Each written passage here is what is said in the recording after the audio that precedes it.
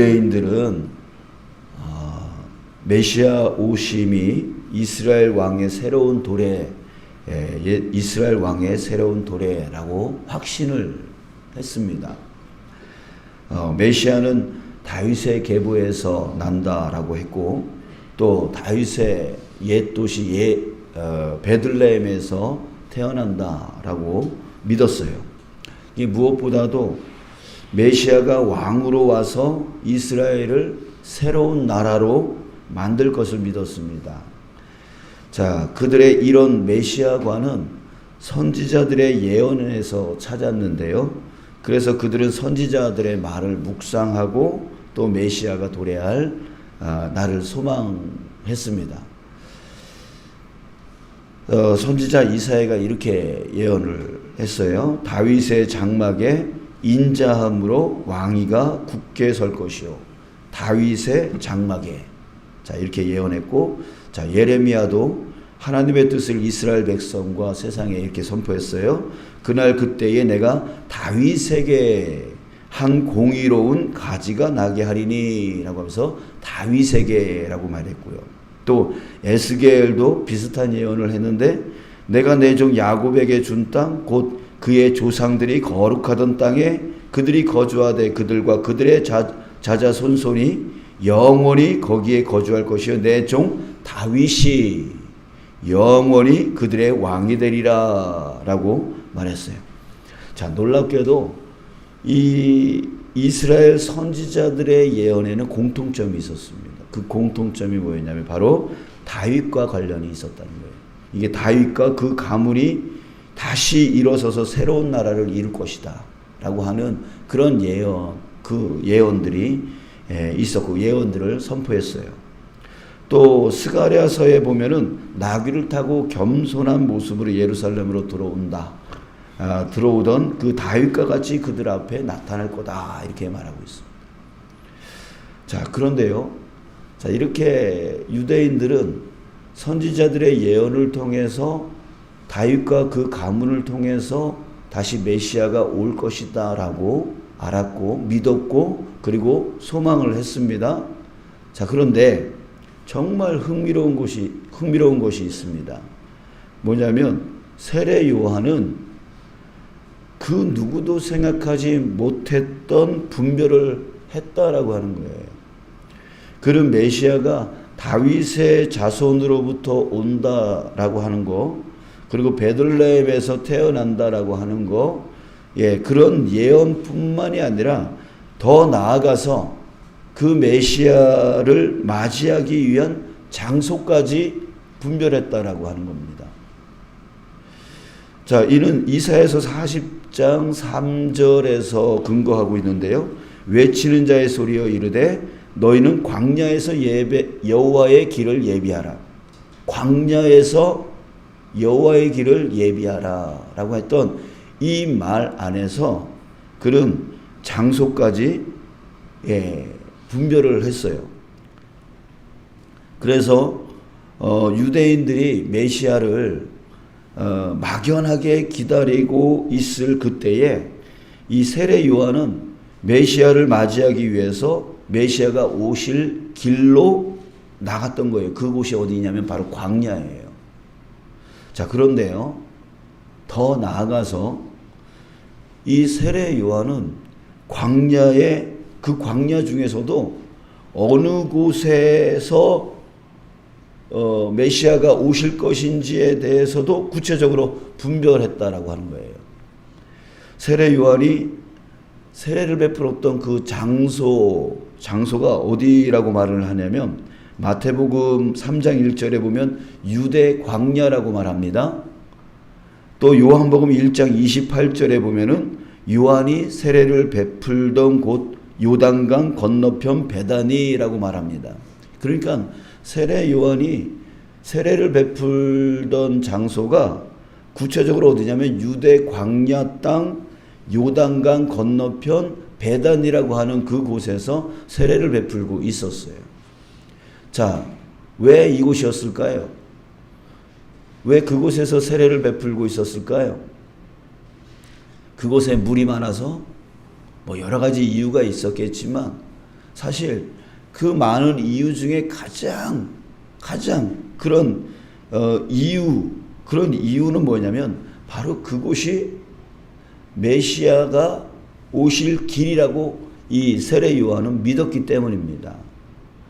바로 그 세례 요한은 메시아를 열망하고 이 메시아를 기다리고 또 메시아를 예비하고 메시아를 준비하는 그런 자로서 바로 그 장소를 택했던 거예요. 왜? 그곳이 바로 메시아가 오실 길이라고 믿었기 때문에. 여러분, 정말 놀라웠게도 그 장소가 어떤 곳이었냐면 역사적으로 보면은 출애굽의 마지막 여정이 진행됐던 곳이 바로 그 장소였어요. 여호수아가 요단강을 건너서 길갈에 또 길갈을 통해서 또 그 다음에 여리고성으로 나아갔던 그 여정의 그 길이 요단강을 건너기 전에 그 장소가 바로 이곳이었습니다.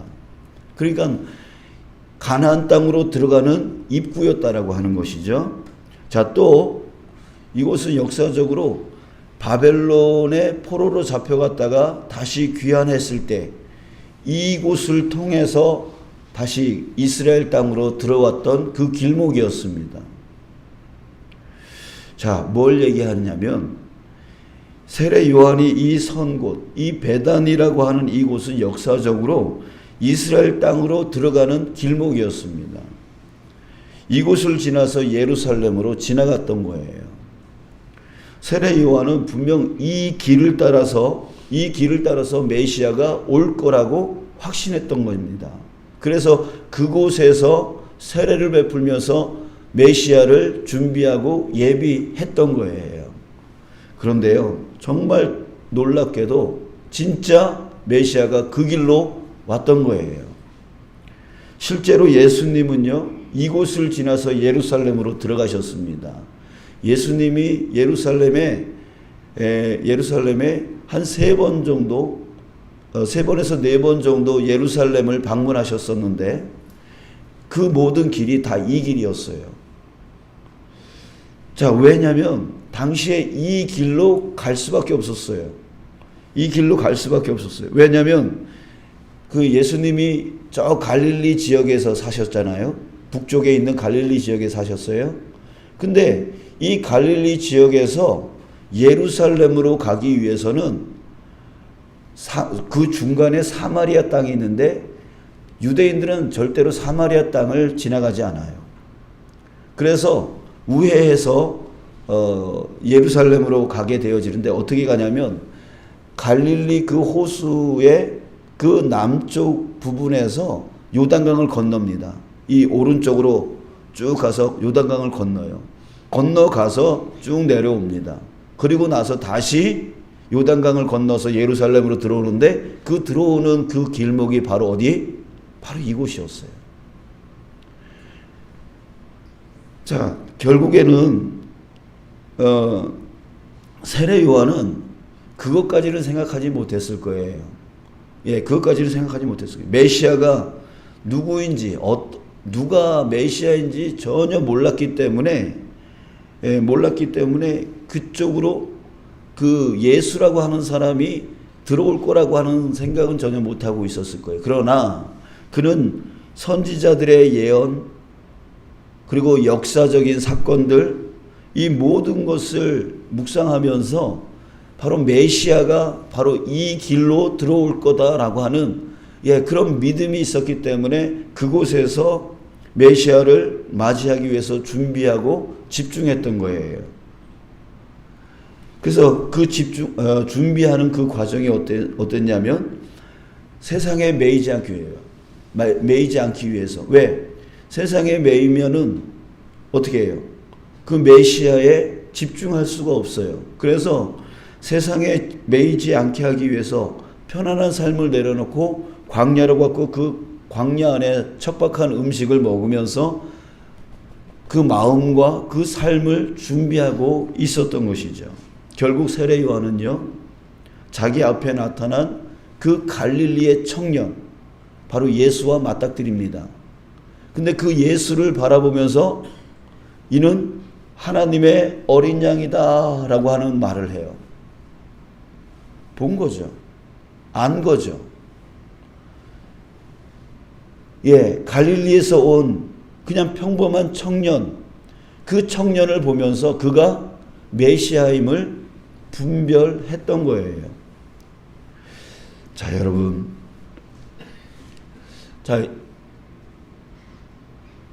우리가 생각할 때 여러분 그런 거잖아요. 강도가 이마에 강도라고 쓰고 다니나요? 도둑이 이마에 도둑이라고 쓰고 다니나요? 모른다는 거죠. 누가 강도인지 누가 도둑인지 몰라요. 다 평범하게 생긴 그런 사람인 줄 아는 거죠. 그런 것처럼 누가 머리에 이마에다가 나는 메시아요라고 써놓고 다니나요? 그렇지 않다는 거죠.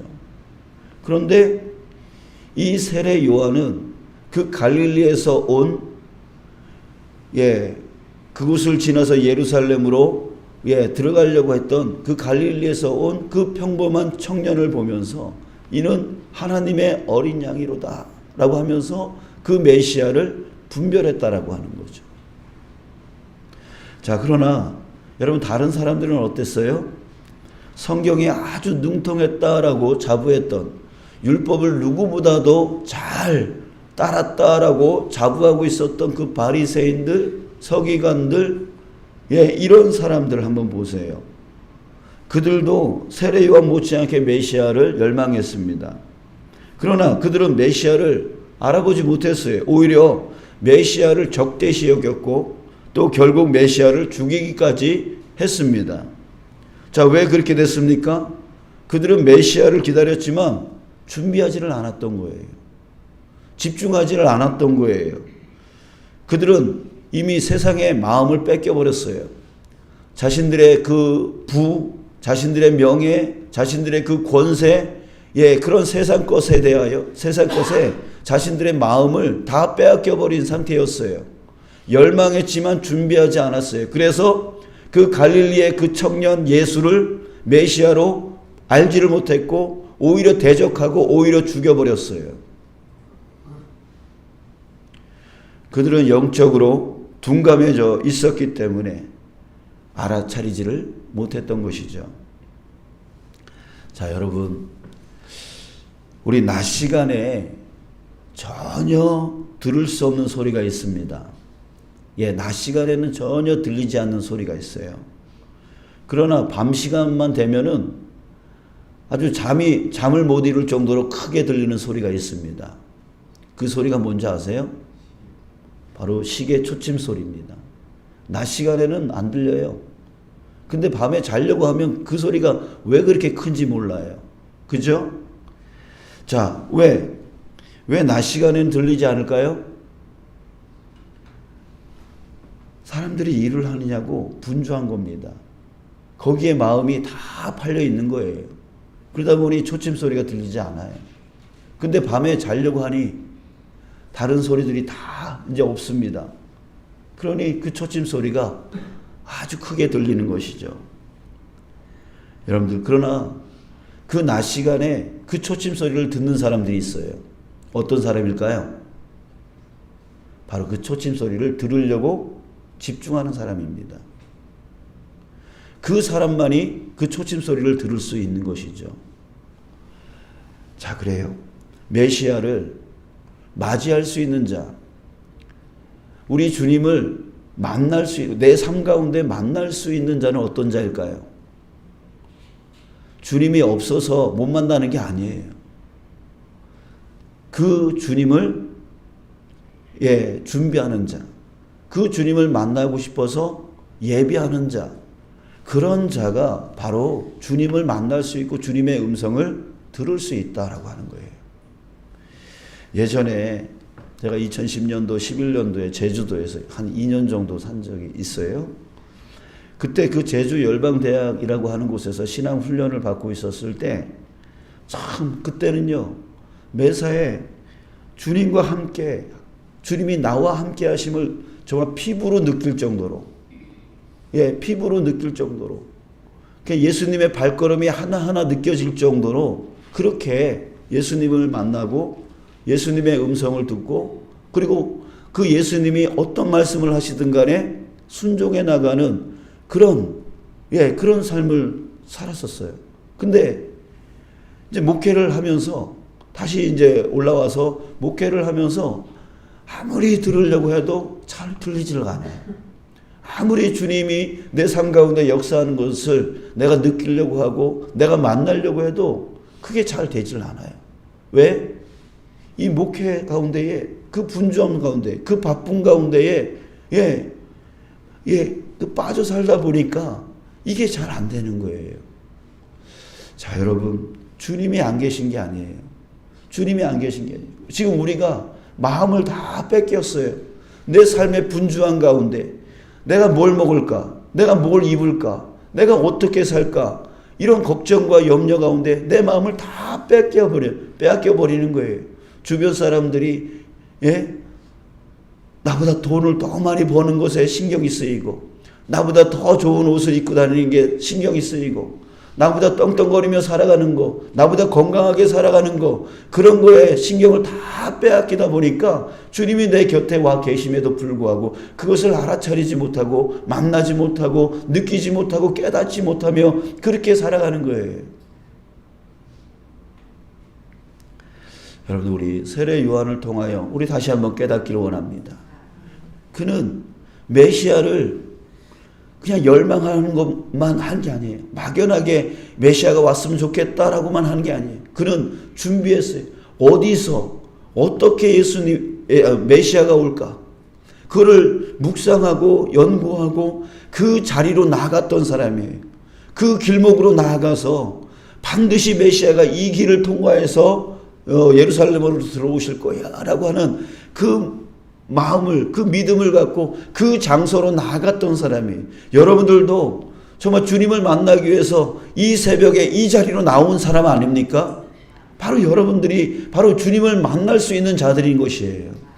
여러분들, 그러나 이곳 우리가 더 나아가서 마음을 준비하고 더 나아가서 우리가 기도해 나아갈 때에 여러분들, 우리는 정말 주님을 만나는 그 은혜의 충만한 가운데 그 은혜의 기쁨 가운데 누려 살아갈 수 있는 자 되어질 수 있음을 여러분들 믿으시길 주님의 이름으로 축복합니다. 아멘. 더 그렇게 마음을 주님께 집중하는 거예요. 우리의 삶 가운데, 이 분주함 삶 가운데서 주님이 나에게 어떻게 역사하실까? 어떻게 말씀하실까? 주님 하면서 주님께 집중하면서 내 일상의 삶을 살아갈 때에 우리는 그곳에서 주님이 나를 만져주시는 것을 느낄 것이고 주님이 나를 이끌어 주시는 것을 깨닫게 될 것이고 주님이 나를 돕고 내 기도를 응답해 주시고 계시다라고 하는 것을 알게 되어질 것이란 말이에요. 여러분, 저와 여러분들이 바로 그런 믿음의 삶을 살아가는, 그 은혜의 삶을 살아가는 저와 여러분들 되길 주님의 이름으로 축복합니다. 아멘. 우리는 마땅히 그렇게 살아가야 되는 것이죠. 주님이 세상 끝날까지 내가 너와 함께 하겠다라고 약속을 해 주셨는데 그런 은혜를 왜 우리는 누리지 못하고 있느냐라고 하는 것이에요. 사랑하는 여러분, 바리새인과 서기관 같이 그렇게 살지 않기를 원합니다. 주님은 우리 곁에 와 계십니다. 우리의 기도를 듣고 계십니다. 우리에게 또한 말씀하고 계시는 것이에요. 우리에게 음성으로 들려주고 계시는 것이에요. 이리 가라 저리 가라 말씀하고 계시는 거예요. 그러나 자꾸만 우리가 그것들을 놓치고 있어요. 그런 주님의 그 음성을 놓치고 있단 말이에요. 자, 여러분, 오늘 한 날 우리 일상 속에서 우리 초침에 집중할 때 초침의 소리가 들리듯 여러분, 우리 주님께 집중하는 그런 시간 되어졌으면 좋겠습니다. 내가 설거지를 할 때에도 주님이 함께 계시나 집중하고, 내가 방 청소를 할 때도 주님이 계시나 한번 집중하고, 내가 일터에서 그 일 가운데 있을 때도 주님 나와 동행하시지요. 주님 나와 함께하고 계시지요. 주님 나를 돕고 계시지요. 주님 나에게 내가 이거 어떻게 해야 되는지 말씀해 주시지요 하면서 끊임없이 주님을 찾으며 주님과 함께 동행해 나가는 주님께서 뭘 말씀하고 계시나, 주님께서 어디로 가라 하시나, 주님께서 어떻게 하라 하시나, 주님께 우리 집중하면서 그 일상의 삶을 살아가는 저와 여러분이 되어지기를 간절히 소망합니다. 그럴 때 주님을 느끼게 되실 거예요. 주님의 음성이 들리게 되실 거예요. 주님이 역사하시는 것을 체험하게 되실 거예요. 주님을 만나게 되실 거예요. 우리 그 은혜가 오늘, 내일, 모레 내 생명 다하는 날까지 그렇게 주님과 함께 에녹과 같이 동행해 나가는 그런 저와 여러분들 되어지길 간절히 소망합니다.